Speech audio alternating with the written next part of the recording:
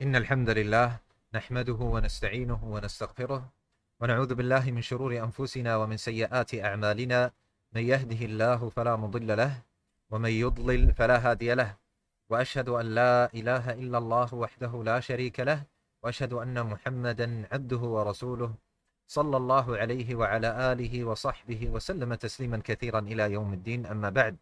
So we start inshallah tabaraka wa ta'ala with منظومة القواعد الفقهية, the poem of the rules of fiqh by Imam Al-Sa'di rahimahullah ta'ala, the explanation of Sheikh AbdulSalam Ash-Shuway'ir.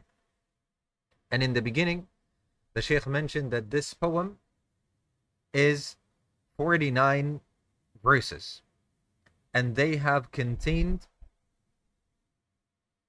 with the introduction and the conclusion of it, 40 rules. And most of these rules are fiqhi rules, rules of jurisprudence. يعني meaning what, barakallahu feekum, not of usul, but of fiqh. And they are from the most important of the qawa'id, of the rules. The people of ilm, they say that the Al-Qawa'id al-Fiqhiyyah, the rules of fiqh, are so many. In fact, some of them mention that they are not gathered in one place. And there are so many of them that you're not able to gather them. And that these qawa'id, these rules, in reality, if you wanted to know them, to know what is meant by them, then you must know their different divisions. Because when you know the aqsam, the divisions, wal anwa', and the types, this makes you have an understanding that is comprehensive of the different examples of the issue. Therefore, the most accurate way of imagining or understanding, having an idea of something, is by تصور الشيء, to when you the تصور يا أخوة is when you understand something and you can actually realize it and know how it is and how it's like and so on. This is called تصور. Is by what? Is by knowing its types, examples, and this is the way of our fuqaha. And the Sheikh Taqiyuddin, meaning Sheikh Islam ibn Taymiyyah, has clarified that the most accurate and clear way is this.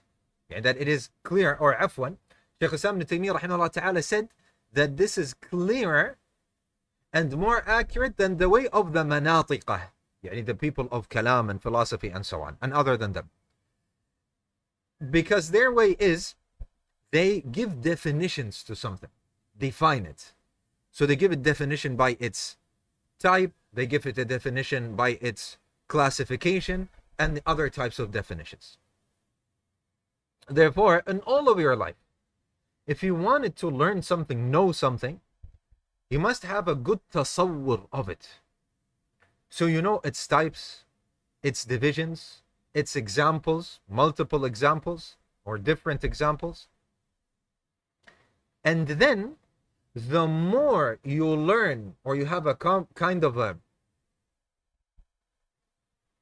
comprehensive knowledge of these things, or the more you learn of these things, the more that you have tasawwur, and accurate knowledge and so on, of the asl itself.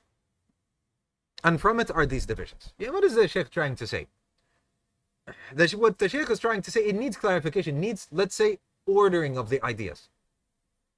First of all, let's understand what tasawwur is. Tasawwur is that we actually understand how it is in reality. As if you understand it, you know it, as well as you know its example, how it is in reality. That's what an example is, right? So you have a tasawwur of it. I understand it and I know how it is. I have an example of it in my head. I know how it is in reality. So in order to learn something, the most effective way is that we actually don't go into the abstract way of just giving definitions, just theory and definitions, and the way of these actually complicate things more and more. The way in which we want to understand something is we understand what it is, its different types, its different divisions, what it is divided into, 1, 2, and 3, if it has types and what the types are divided into, and then we know its examples and different examples as well. This will give us a more comprehensive, more complete understanding of the thing itself, whatever we want to learn about. طيب. These قواعد الفقهية, these قواعد, the rules of fiqh, the people of ilm, they say they are divided into 2 divisions. The first one is باعتبار استمدادها, from the perspective where it is taken from. From the perspective where we get it from, where it's taken from. Some of them, they are taken from the nas of الشارع. يعني نص عليها الشارع. The legislator, meaning Allah and the messengers, or the Quran and the Sunnah, they have stated it. And some of them, the evidence for it, so the second type is الاستقراء. الاستقراء. This is its dalil, meaning that the ulama and I am explaining the ulama and the people of knowledge, those who are firm, the ulama al-Rabbaniyin, they have read the nusus, they have read the Quran and the Sunnah, and they know the qawa'id and they know the usul of the deen, and they have this firm knowledge in the deen of Allah Azza wa Jalla. The ulama al-Rabbaniyin, they have 70 years of knowledge and studying and teaching, more or less, and so on. These ulama, they make istiqra, they read carefully all of the nusus, all of the ayat and the ahadith, and also the qawa'id that they know, and the usul that they know, and the speech of the people of ilm, the sahaba and the tabi'in and tabi'ut tabi'in, and by reading them, they get these qawa'id.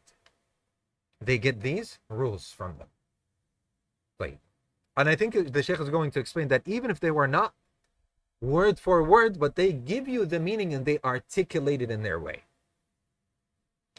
طيب, the Sheikh says فالذي نص عليه الشارع كثير. What Allah subhanahu wa ta'ala, the Messenger sallallahu alayhi wa sallam, stated is a lot. These are rules that are taken.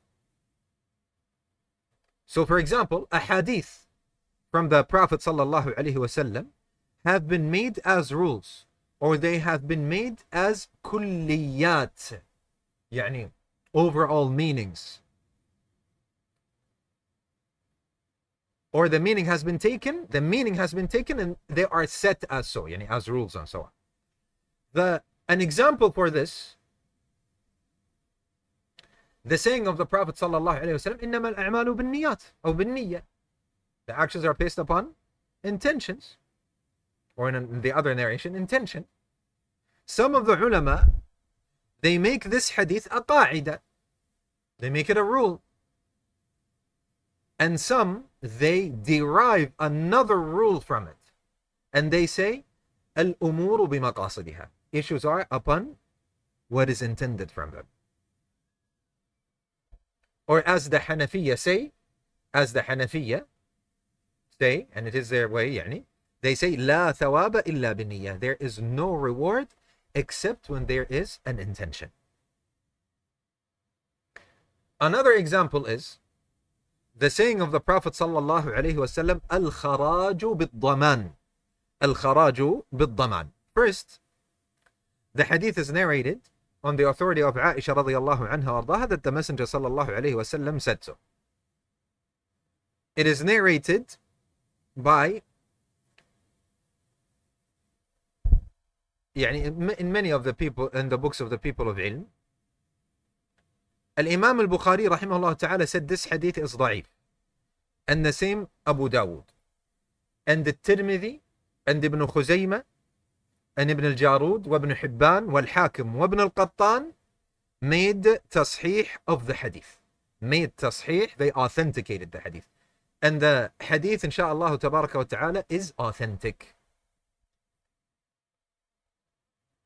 طيب, what is the meaning of the hadith? Al-Kharaju bid-daman.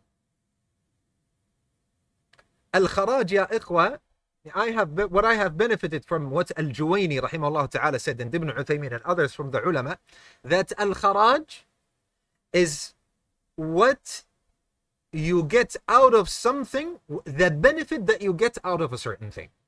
This is called al-kharaj. طيب, who is the one that deserves al-kharaj? الذي يضمن. Meaning, يعني the profit is for the one who bears the responsibility of the thing itself. The one who bears responsibility of something, he is the one that is responsible, right? So if something happened to the thing that he is held accountable for, then he is the one who pays for it, right? Aywa. So the benefit goes for him. This is the hadith. Al-kharaju bid-daman. So whosoever, whether it is the seller or the buyer, is the one that is responsible for the thing itself, the benefit goes for him because he's responsible for it. طيب. Also, the saying in the hadith al-sahih of the Messenger sallallahu alayhi wa sallam, لا ضرر ولا ضرار. And this is part of the 40 Nawawi hadith that we will study inshaAllah azza wa jal. لا ضرر ولا ضرار. Yani, the meaning of the hadith instantly, no harming yourself or harming others. And likewise, tens of the ahadith. These are qawa'id, rules. So these are ahadith, ayat, ahadith, we take a rule from it. Or they themselves become a rule. But from the ayat, I will give you one. The Sheikh didn't mention from the ayat, I'll mention inshaAllah. From the top of my head, لا يكلف الله نفسا إلا وسعها. You hear someone is talking about something, you say, لا. It's not mandatory upon you. You say, why? You say, because you're not capable. لا يكلف الله نفسا إلا وسعها. From the Quran. Someone comes and says, I am not able to stand up. Do I need to bring someone to carry me in the salah? And I stand up upon, for example, something, and I'm in pain, and I bear the pain. We say, لا يا أخي, no. He says, what is the evidence? We say, لا يكلف الله نفسا إلا وسعها. Allah subhanahu wa ta'ala does not burden a soul by that which it is not capable of. Simple as that. طيب. So what about the second type? The second type, these are the rules that are taken from al-istiqra'. The evidence for this is al-istiqra'. So the people of ilm, the ones who are knowledgeable about the furu', the branches of matters, yani the examples, each matter in itself, an example for this, an example for that. Yani you have one rule, for example, I'm explaining. You have one rule like al-yaqin la yazul bil-shak. This is a rule. That certainty is not to be removed, or the ruling that is affirmed with certainty cannot be changed by doubt.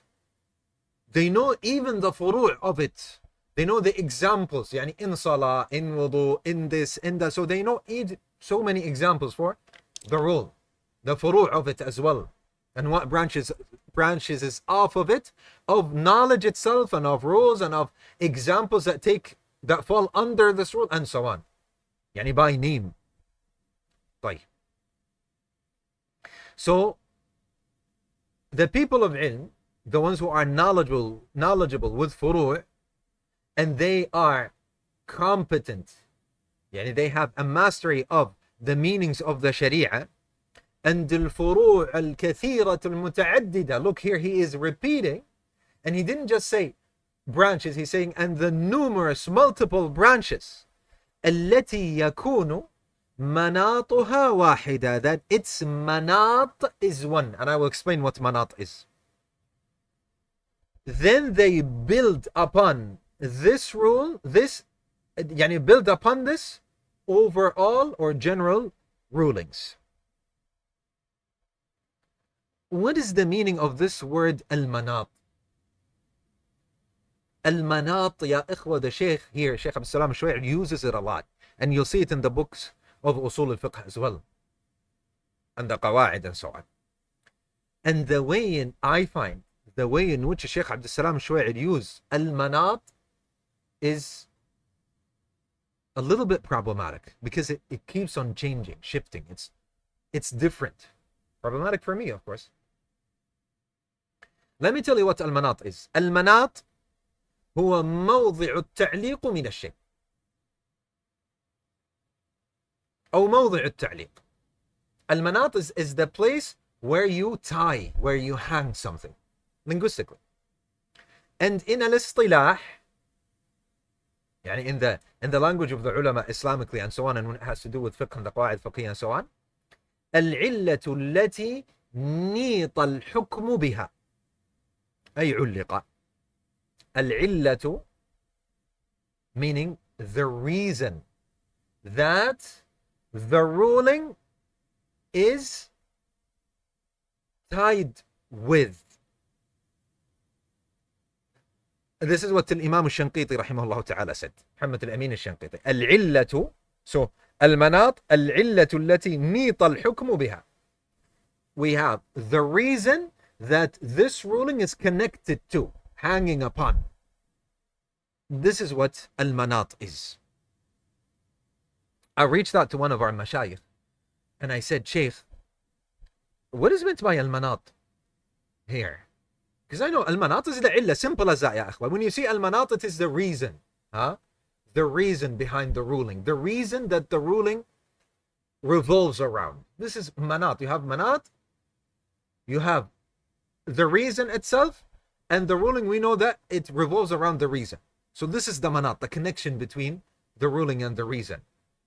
So simply we can say the reason behind the ruling. طيب. So one of the mashayikh replied to me and he said, Al-manatu al-muradu al-usuliyu bihi al-illah. So in terms of usul al-fiqh, what is meant by the word al-manat is the illah, the reason. However, maybe, he says, that the Sheikh Ash-Shuway'ir uses it linguistically. So for example, he says, manatu al-mas'ala qawluhu ta'ala. The manat of the mas'ala is the saying of Allah Azza wa Jal.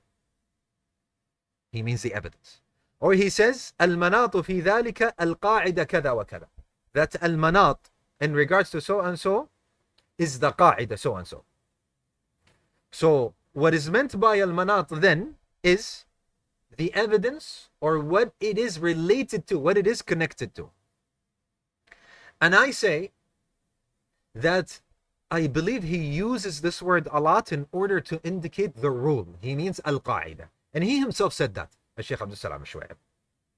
So for you, when you listen to Sheikh AbdulSalam Al-Shuway'ir, it is important to you to realize and understand what he means by the word he's using, because he might mean what the ulama al-usul mean, and at the same time he might mean the qaida, for example, or the dalil, and that's why he's using it like this. So it might mean al-illa and it might mean the qaida.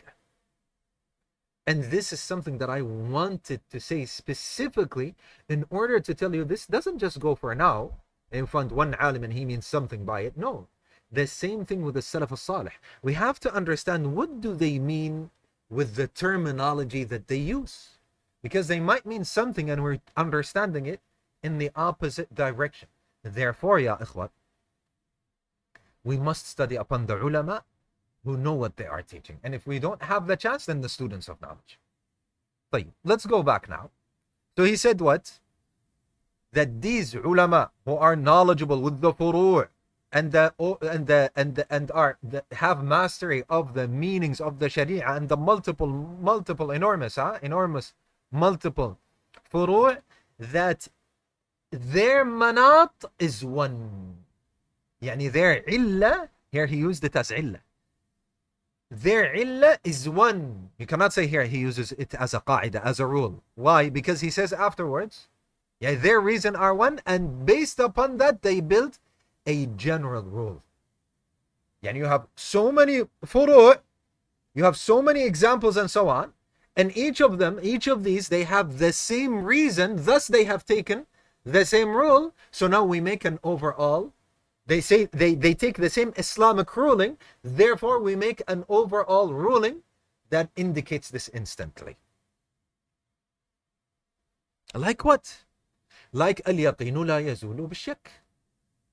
Look, the Sheikh in the lesson said al-yaqinu la yazulu illa bil-shak. And this is sabq lisan. Yeah, this is, you're saying, so you think you're saying al-yaqin la yazul, al-yaqinu la yazulu bil-shak, that certainty cannot be changed because of doubt, and instead your tongue is saying certainty cannot be changed except with doubt. Because this is what the Sheikh, if any of you is listening, for example, wanted to listen to the Arabic, and he listens to this and he says, how is doubt cannot remove yaqeen? Doubt doesn't remove shak. Doubt doesn't remove certainty. We say, yes, this is what the Sheikh means. But sometimes, subhanAllah, it happens. He says it and keeps repeating it throughout, while he actually means the opposite. It's slip of the tongue, ya ikhwa. And sometimes, ya ikhwa, a alim, a sheikh, a student of knowledge, he is so tired, he cannot remember the simplest of things. Sometimes he's so tired, he cannot remember the ayah or the name of the sahabi, or he recites the ayat wrong, and he cannot remember simple ayat. That yesterday he was saying them without a blink of an eye, right? Or in the blink of an eye. He was saying them without blinking. Tired as well. Sometimes they are tired. Like, and this, I say this because this is crucial, even in the ta'sil of the student of knowledge, that he understands how to deal with his teachers as well, and gives them the benefit of the doubt and apologizes for them. For wallahi, once we are in their places, we will understand. When we are exhausted and we are teaching, we understand. We're saying things that coming up, we mean something and a slip of the tongue happens. طيب. He says, اليقين لا يزول إلا بالشك. And we said this is slip of the tongue. So, اليقين لا يزول بالشك. This is the rule. Certainty is not removed by mere doubt. Is there a hadith that says these exact words? No. However, we have rulings that indicate it, like the saying of the Messenger sallallahu alaihi wasallam, and I told you to memorize this hadith in Manhaj al-Salikin, that if someone is in his salah and he finds something in his salah, any meaning wind or so, فلا ينصرف حتى يسمع صوتا أو يجد ريحا. So he does not break his salah, move away from his salah, unless he hears a sound or he finds the smell. He smells the smell. From this, the Sheikh says, from this ruling that is related to the salah, tens of rulings have been derived from it, built upon a manat. Look here, he said manat. So he means here the qa'idah and the illa, right? The reason and the qa'idah itself. So here he's using it as the rule, which is certainty. لا يزول بالشك. Here the Sheikh said لا يزول بالشك. Didn't say إلا بالشك. That surely certainty is not removed is because of mere doubts. Keep in mind that certainty itself has been established. Yeah, something has been established with certainty. You have a ruling, I'm explaining. You have a ruling that is established with certainty. So this ruling that is established with certainty, just because of mere doubt, we don't change it to the other ruling. We're doubting now. Is it this or that? No. We say the ruling that is certain stays. And the doubt, the ruling that we want to give here because of our doubt, no, this one we don't apply. And he says, and likewise are so many of the qawa'id and the overall meanings that are built upon the istiqra', the reading and the studying, careful studying of the sharia. And the people of ilm have mentioned that al-istiqra' is a dalil, is an evidence. And some of the people of usul, they name it shahadat al-usul. This is what they name it. So the usul, they come and they are witness over, and they are witness or indicators of an overall meaning, and this overall meaning we articulated in the way of a qa'idah fiqhiyyah.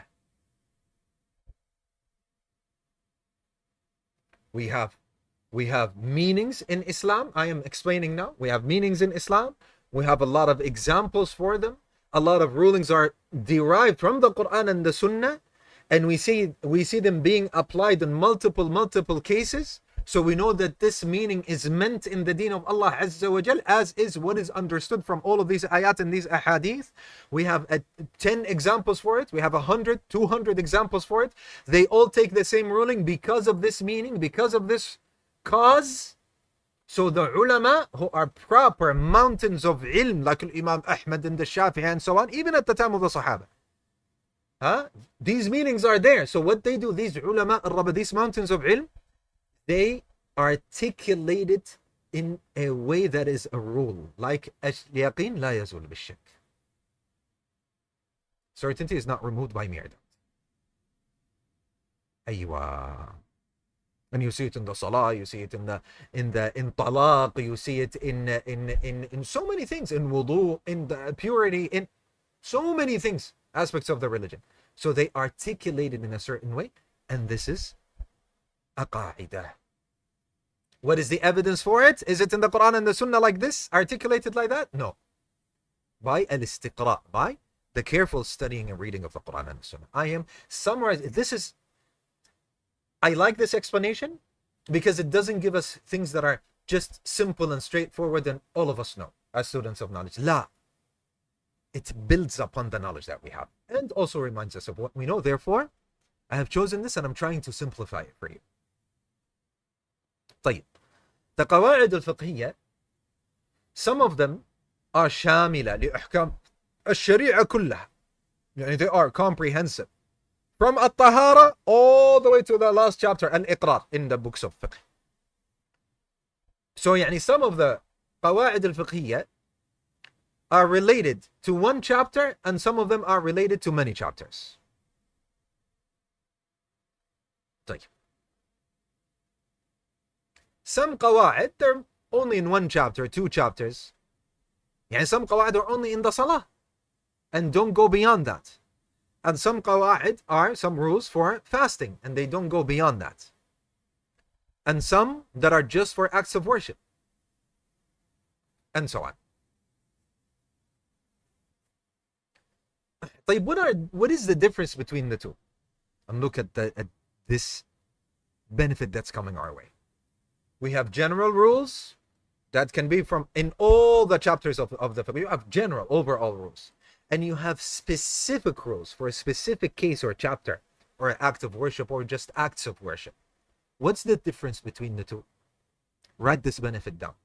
Write this precious, precious benefit down. That the specific rules that are related to a certain subject or chapter are stronger than the general or the overall rules. Always, when we have general rules clashing with specific rules, then surely the specific rules are stronger. Al-Khas, that which is specific, is stronger than Al-Am, that which is general. We have in Usul Fiqh, ya akhwa, general and specific. That which is specific is stronger than that which is general. And this directs us towards an issue that the people of ilm have drawn our attention to since old times and new.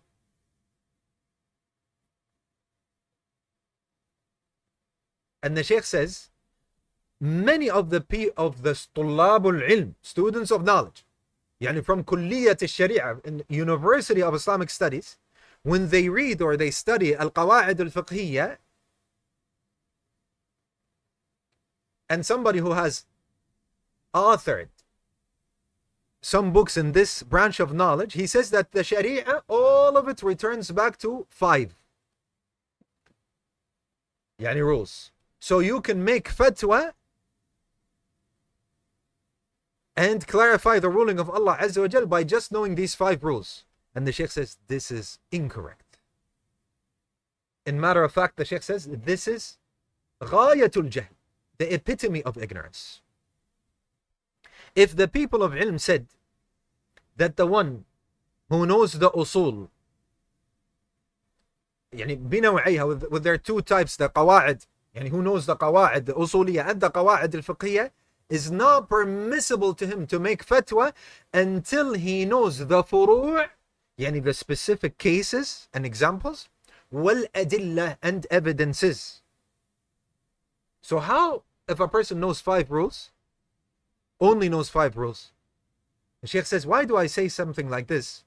Because a lot of people nowadays started memorizing a rule which is to achieve and to bring and achieve benefits and to push away evils and harm.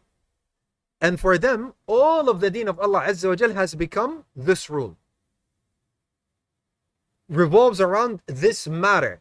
الذي فهمه للقاعدة ضعيف. And this is the person that he himself is weak in understanding this qaida. And is weak in establishing and realizing its illah, its reason, and how the ruling is connected to the reason, its manat, is even weaker. Yani him in establishing and realizing the manat, his understanding is even weaker.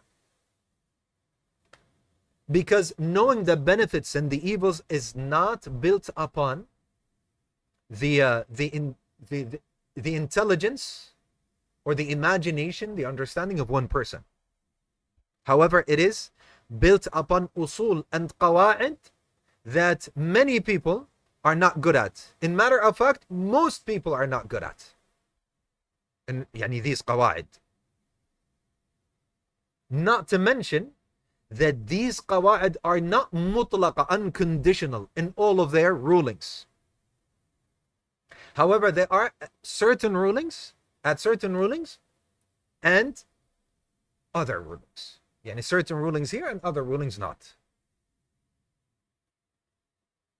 And I'll give you a story. I remember I was speaking to somebody, and as the usual, Allah al-Musta'an, he was speaking about, warning about individuals and talking about individuals, and mostly you have the people that are saying these things are the people who are not knowledgeable and they haven't studied, and studying for them is hard and they don't study, and so on. إِلَّا مَنْ رَحِمَ اللَّهُ عَزَّ وَجَلَّ, except those that Allah subhanahu wa ta'ala bestows His mercy upon. But what we see is mostly the ignorant that speak about these matters. A lot. So he was speaking about a qa'idah that al-jarh al-mufassal muqaddamun, that if you have a jarh that is mufassal, is muqaddam upon the ta'dil. The am ta'dil or the mufassal ta'dil and so on. So you have a criticism that is detailed. It takes precedence over what? Over the opposite of criticism. Yani saying someone is trustworthy. That is general or detailed. So if I have criticism that is detailed, it takes precedence over ta'dil, saying he's trustworthy and can be taken from him and so on, and the hadith is sahih and so on. That is detailed. We say, we go with the criticism. So I remember I asked, I said, this is unconditional, general in all the ways. The moment when we hear a brother talking about this, we understand, does he know what he's talking about, or he doesn't? So anyways, the brother said that yes, it is, and so on. So I just presented him what Imam Al-Albani rahimahullah ta'ala said, and what Al-Hafiz ibn Hajar Al-Asqalani said, and he was shocked, and he retracted instantly after reading about these.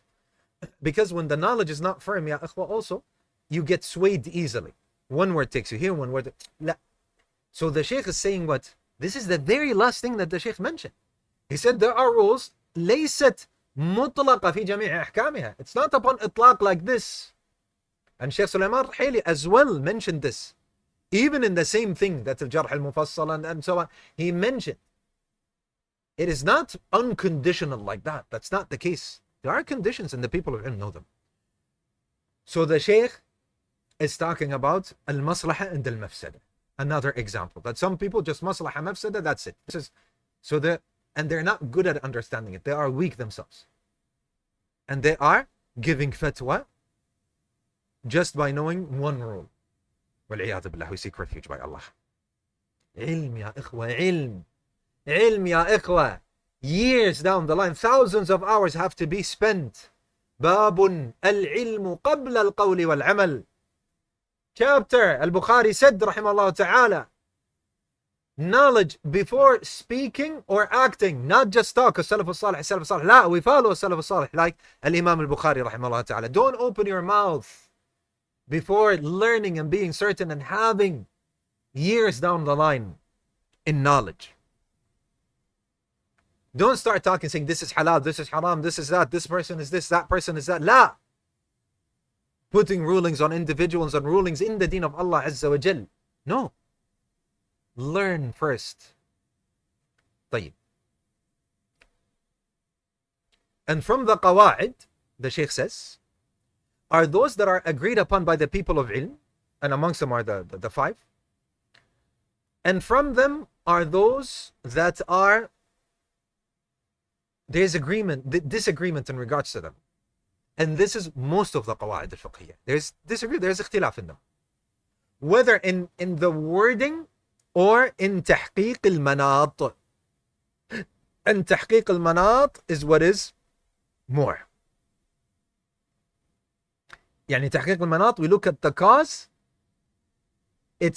and what is linked to, and whether it applies or not.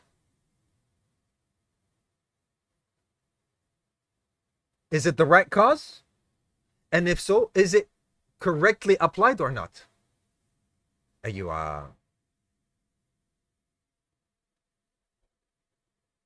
Have you noticed something so far?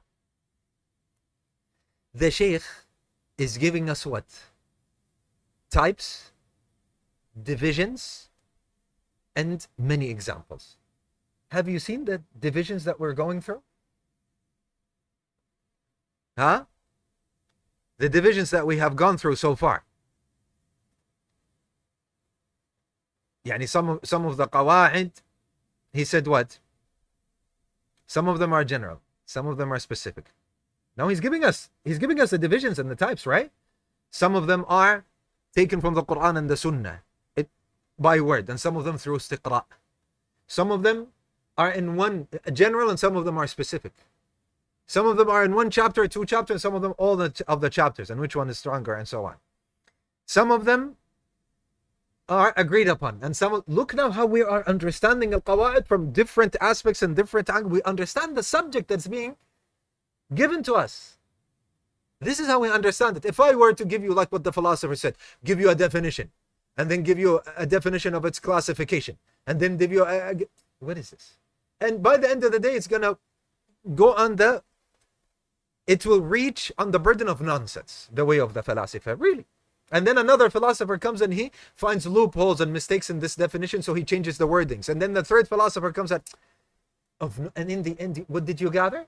He said, and that one said, and this one said, and let me understand and know the different types, and so for me to gain actual benefit. Now we have benefited that when we have let's take one of these divisions that we have studied. We have general rules and we have specific rules. So the general rules are weaker than the specific rules. And I want to explain that, actually. I forgot. I want to explain that. Why is that, ya ikhwa? Because the specific rules are what? When we say we have am and khas in usul al-fiqh, we have general and then we have specific. What does this specific do to the generality? It excludes. It makes exclusions. It makes exceptions. Better word is exceptions. It makes exceptions. I have a general ruling, but then I have what? A specific rule that tells me, but there are exceptions, which are 1, 2, 3, and 3. You should pray while standing up, but the exception is what? A person who is sick and not able to stand up. Someone who is very old and it's very difficult for him to stand up. Look, this is stronger now. We have to act upon this. We must act upon this, not the general rule, because it's making exceptions. In the nafila, in the voluntary prayer, you can sit down.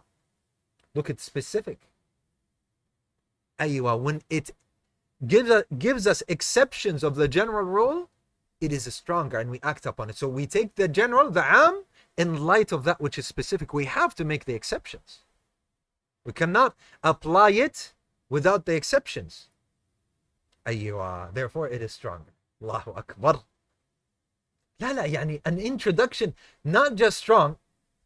The Sheikh has given us extremely strong introduction, tailor-made for a student of knowledge. And from the divisions that are important, that we must learn, the Sheikh says, in regards to Al-Qawa'id al-Fiqhiyyah, that the Qawa'id al-Fiqhiyyah are also divided by how they are articulated. Some of the people of ilm, they articulate some of the Qawa'id very briefly, and some of them extensively, very long, to the point that a qa'idah would reach a whole page. And an example for this, the book of the Qawa'id for Ibn Rajab. He sometimes mentions a qa'idah in a full page.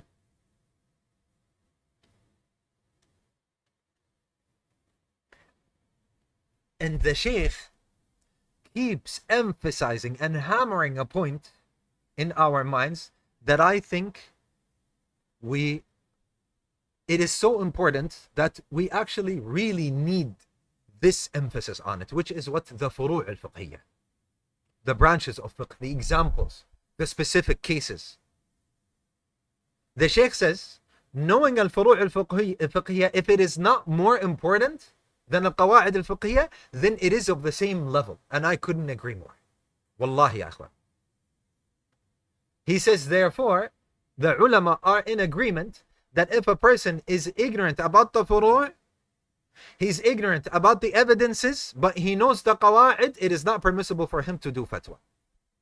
He must know the evidences and the furu' al-fiqhiyyah. وَإِنَّمَا الْقَوَاعِدُ كَوَاشِفْ. However, the qawa'id are for him indicators, things that unveil rulings, huh?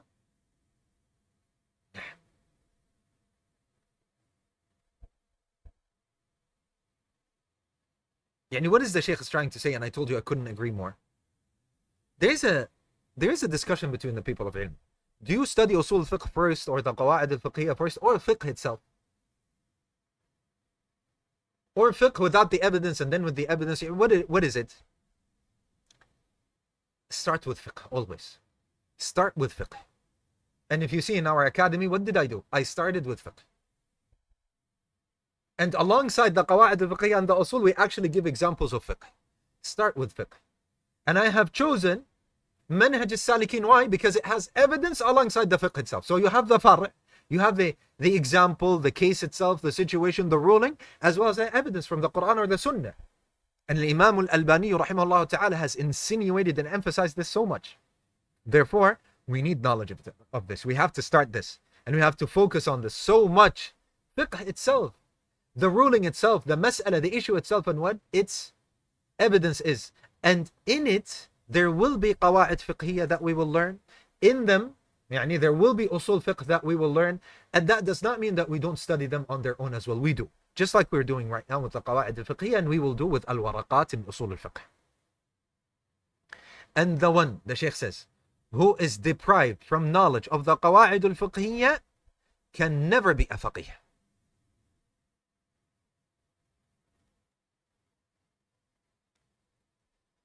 Therefore, some people, they are astonished and they say, why do we only have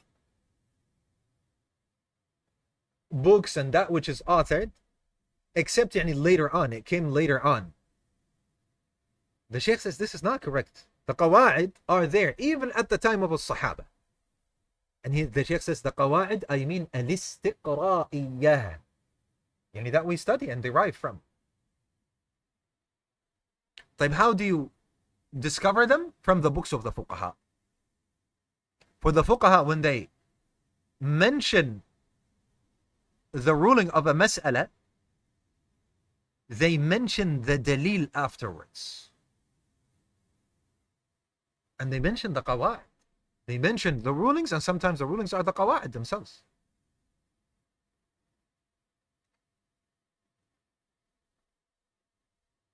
And get to know that the qawa'id, these fiqhi rulings, despite the fact that they are comprehensive in how they are said and written down and articulated, however, in most cases they are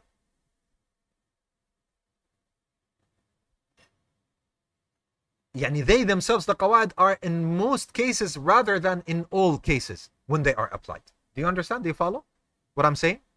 These qawa'id are written comprehensively, articulated comprehensively. But when we apply them, they are applied in most cases and not all cases. So comprehensive meaning all cases and so on, but in reality they are in most cases and not in